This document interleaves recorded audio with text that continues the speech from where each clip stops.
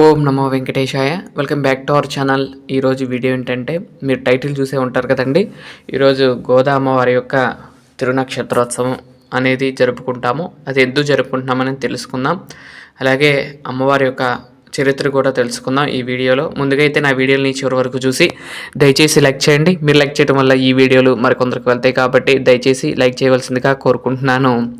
అయితే భూదేవి అమ్మవారు వెంకటేశ్వర స్వామి విష్ణుమూర్తిని ఒక కోరిక అడిగిందంటండి. ఆ కోరిక ఏంటంటే, మీరు ఒక అవతారం ఎత్తి భూలోకంలో అవతరించండి అని స్వామిని వేడారు.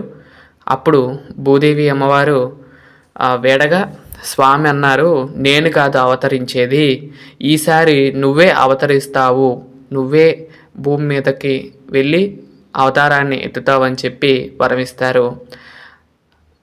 అంతకన్నా ముందే అమ్మవారు రావటానికి కన్నా ముందే గరుడాల్వారును కూడా వేంచేస్తారు. ఆయన ఎవరో కాదు, విష్ణు చిత్తుల వారు. విష్ణు చిత్తుల వారు ఎలా వచ్చారనేది చెప్తాను. ముందుగా అయితే ఒకసారి లక్ష్మీదేవి గరుడాల్వారిని గురించి స్వామివారికి చెప్తూ ఇలా చెప్తూ ఉంటుంది.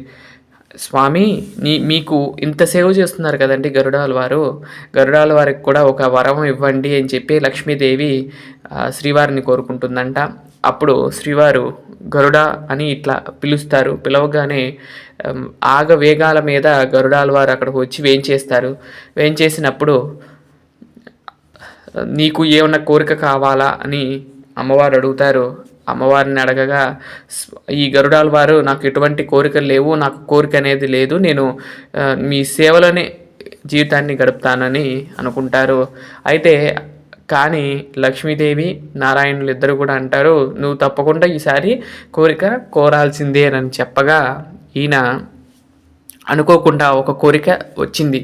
ఆ కోరిక చెప్తానికి అంటే అది అడగచ్చా అడగకూడదా అని కూడా కొంచెం తడపడుతూ ఉండగా విష్ణుమూర్తి అంటారట, తప్పకుండా నీ కోరిక ఏదైనా సరే నేను తీరుస్తానని చెప్పగా అప్పుడు ఈ గరుడాల వారి కోరిక ఏంటంటే కనుక, నేను అల్లుడుగా మీ యొక్క అల్లుడిగా మీరు నా అల్లుడిగా నేను కాళ్ళు కడగాలని, కన్యాదానం చేయాలని నేను కోరుకుంటానని అంటారు విష్ణు చిత్తుల వారు, ఈ యొక్క గరుడాల వారు. అప్పుడు స్వామివారు తదాస్తు అని చెప్పి ఈ యొక్క గరుడాల వారిని తమిళనాడులో శ్రీవల్లిపుత్తూరు దగ్గర ఉన్న ఆలయం దగ్గర ఒక విష్ణు చిత్తుడిగా అక్కడ అవతరించు అని చెప్పి అక్కడికి పంపిస్తారు. అక్కడ ఈ విష్ణు చిత్తుల వారు స్వామివారి కైంకర్యం చేస్తూ పుష్ప కైంకర్యం చేస్తూ ఉండేవారు.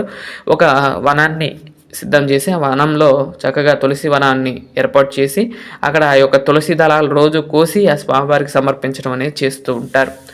ఆ తర్వాత భూదేవి అమ్మవారు గోదాదేవిగా ఆవిర్భవించింది కాబట్టి అప్పుడు స్వామివారు వరాంచేత అమ్మవారు ఈ యొక్క తులసి వనంలో దొరుకుతారండి. శ్రీవల్లిపుత్తూరులో తులసి వనంలోన అమ్మవారు దొరుకుతారు. ఈ యొక్క విష్ణు చిత్తుల వారు ఆ అమ్మవారిని తీసుకుని గోదా అని పేరు పెట్టి పెంచుకోవటం చేస్తూ ఉంటాడు.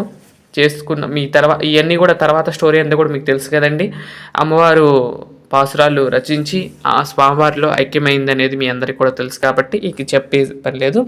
అలా ఈ విష్ణు చిత్తుల వారికి దొరికిన రోజు ఈరోజు అమ్మవారు పుబ్బా నక్షత్రము, శ్రావణ మాసం పుబ్బా నక్షత్రం రోజు అమ్మవారు ఆవిర్భవించిన రోజు సందర్భంగా ఈరోజు అమ్మవారి యొక్క తిరునక్షత్రోత్సవం అంగరంగ వైభవంగా అన్ని ప్రాంతాల్లో చేసుకోవటం జరుగుతుంది. వైష్ణవ సంప్రదాయంలో అమ్మవారికి చాలా విశేషమైన ప్రాధాన్యత ఉంది కాబట్టి అమ్మవారికి విశేషమైన కార్యక్రమాలు ఈరోజు చేస్తూ ఉన్నారు. అలాగే మన శాంతి నిలయంలో వేంచేసి ఉన్న శ్రీ గోదా అమ్మవారికి విశేషమైన ఉంజల్ సేవా కార్యక్రమం కుంకుమార్చన అనేది చేసుకోవడం జరిగింది.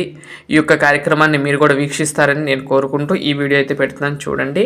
ఈ విధంగా గోదా అమ్మవారికి ఈ యొక్క ఊంజల్ సేవా కార్యక్రమం, అలాగే స్వామివారికి ఉదయము తిరుప్పావై పాసుర సమర్పణ అనేది జరిగింది. ఇవన్నీ కూడా విశేషంగా స్వామివారికి సమర్పించడం జరిగింది.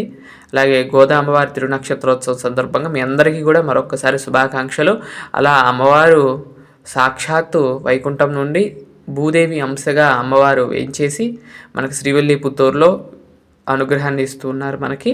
అలాగే ఈ యొక్క ధనుర్మాసంలో అమ్మవారు స్వామివారి గురించి చేసిన పారాయణం, 30 రోజుల పాటు చేసిన పారాయణానికి గుర్తుగా ఆ రోజు భోగి రోజు స్వామివారిలో ఐక్యమైన రోజు, ఆ రోజుగా జరుపుకోవటం జరుగుతుంది. కళ్యాణమై స్వామిలో ఐక్యమైన రోజు ఆ రోజు. ఈరోజు అమ్మవారి యొక్క తిరునక్షత్రోత్సవం అంటే జన్మోత్సవంగా జరుపుకోవటం జరుగుతుంది. అమ్మవారి యొక్క పుట్టిన నక్షత్రం పుబ్బా నక్షత్రం. ఈరోజు విశేషంగా అందరూ కూడా జరుపుకోవటం జరుగుతుంది. ఇక్కడ అమ్మవారిని మీరు కూడా దర్శనం చేసుకోండి. ఆ జగన్మాత అయిన ఆ భూదేవి అంశతో కూడిన అమ్మవారు, ఈ యొక్క గోదా అమ్మవారు శ్రీవెల్లి పుత్తూరులో చాలా విశేషంగా చేస్తూ ఉంటారండి. రంగమన్నారుగా స్వామివారు ఉత్సవమూర్తి రూపంలో ఉంటారు. అలాగే ఈ గరుడాలవారి రూపంలో ఉన్నారు. విష్ణు చిత్తుల వారు గరుడాలవారి రూపంలో ఉంటారండి. అక్కడ సాక్షాత్ ఈ ముగ్గురు మూర్తులే ఉంటారు. అక్కడ శ్రీవల్లి పుత్తూరులో గర్భాలయంలో ఈ ముగ్గురు మూర్తులే ఉండి మనకి అనుగ్రహాన్ని ఇస్తూ ఉంటారు. మీ అందరికీ కూడా తెలుసు. మధ్యలో రంగమన్నారుల స్వామివారు ఉంటారు, కుడివైపు గరుడాలవారు ఉంటారు, ఎడంవైపు గోదా అమ్మవారు ఉంటారు.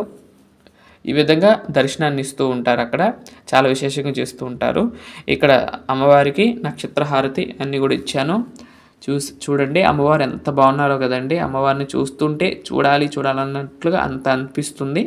ఈ విధంగా అమ్మవారికి అలంకరించడం జరిగింది. ఆ తర్వాత అమ్మవారికి దివ్యమంగళ నీరాజనాలతో ఈరోజు ఉదయం గోదా అమ్మవారి యొక్క తిరునక్షత్రోత్సవాలు అంగరంగ వైభవంగా జరిగాయి.